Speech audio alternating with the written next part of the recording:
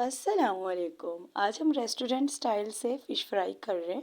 मेरी full video को watch करिएगा। चलिए स्टार्ट करते हैं। बिस्मिल्लाहिर्रहमानिर्रहीम। हाफ कप हमने कॉर्नफ्लावर लिया है। इसको हमने एक बोल में डाल दिया है। 1 टीस्पून हमने धनिया पाउडर लिया है। 1 टीस्पून हमने हल्दी पाउडर लिया है।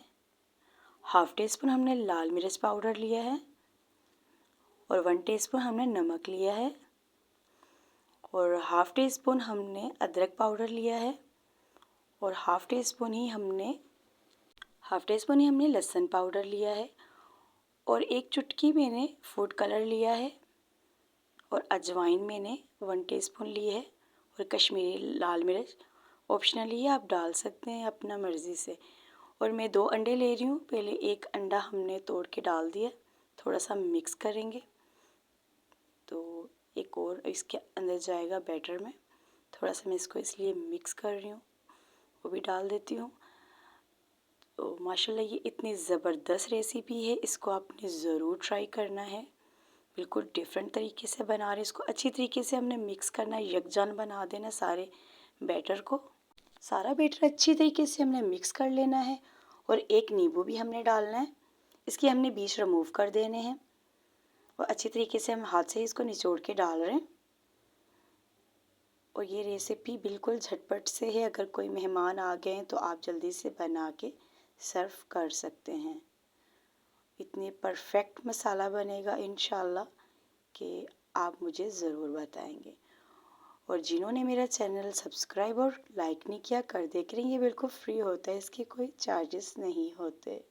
अच्छी तरीके से हमने इसको यकजान बना दिया है। देखिए अच्छी तरीके से मैं तकरीबन इसको 2-3 मिनट से अच्छी तरीके से मिक्स कर रही हूँ। इसको हमने मज़ीद मिक्स कर लिया था। अब ये हमने फ़िश ली है, बग़ैर कांटों की हमने फ़िश ली है। ये 1 केजी के करीब है, मतलब 1 किलो के करीब है। इसको अच्छी तरीके से हमने धोकर स्ट्रेनर में डालकर खुश्क कर लिया है।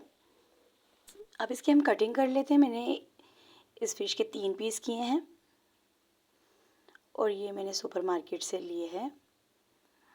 तो आप कांटों वाली भी ले सकते हैं। अगर आपको कांटों वाली बना रहे हैं तो वो भी ले सकते हैं, पर मैं बग़ैर कांटों की बना रही हूँ। तो देखिए माशाल्लाह ये झटपट से हम इसको 3 इसके पार्ट कर लेते हैं। आप फिंगर में भी ये कट कर सकते हैं। और जो मैंने मसाला बनाया इसके अंदर सारी मैंने फ़िश, जो 1 किलो फ़िश है, मैं सारी डाल रही हूँ। मैंने 1 किलो फ़िश का मसाला बनाया है। तो अगर आप कम बना रहे हैं तो आप हाफ़ क्वांटिटी हर चीज़ की करें तो हाफ़ बन जाएगा। तो मैंने सारा अच्छी तरीके से मिक्स कर लिया। ये मैं आधे घंटे के लिए स्टे दे रही हूँ। इसको कवर लगा के रख रही हूँ। मैंने काउंटर पे ही छोड़ दिया था।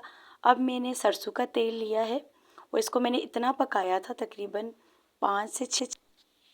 6 मिनट तक मैंने ऑयल पकने के लिए रख दिया था।